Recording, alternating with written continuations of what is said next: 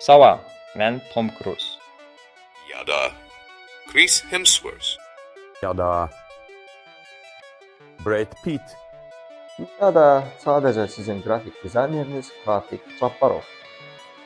Düşünürsünüz ki, süni intellekt bizim işimizi əlimizdən alacaq. Hələ ki bu mümkünsüzdür. Yəni ümumiyyətlə mənim belə bir sözüm var ki, kalkulyator kəşf olunub deyə riyaziyyat elmi ölməyib və yaxud da ki, riyaziyyat müəllimliyi peşəsi bitməyib. Bu süni intellekt ümumiyyətlə hal-hazırda dünyanın bütün sferasına təsir eləyir daha doğrusu, üzr istəyirəm.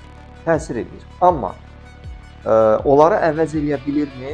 Hal-hazırda xeyr. Gələcəkdə əvəz eləyə bilərmi? Bunu gələcək göstərəcək. Və bizim burada etməli olduğumuz iki seçim var. Ya bu süni intellektdən qorxub geriyə doğru çəkilməliyik, ya da əksinə onunla münasibət qurub, onunla yaxınlaşıb, onunla dost olmalıyıq.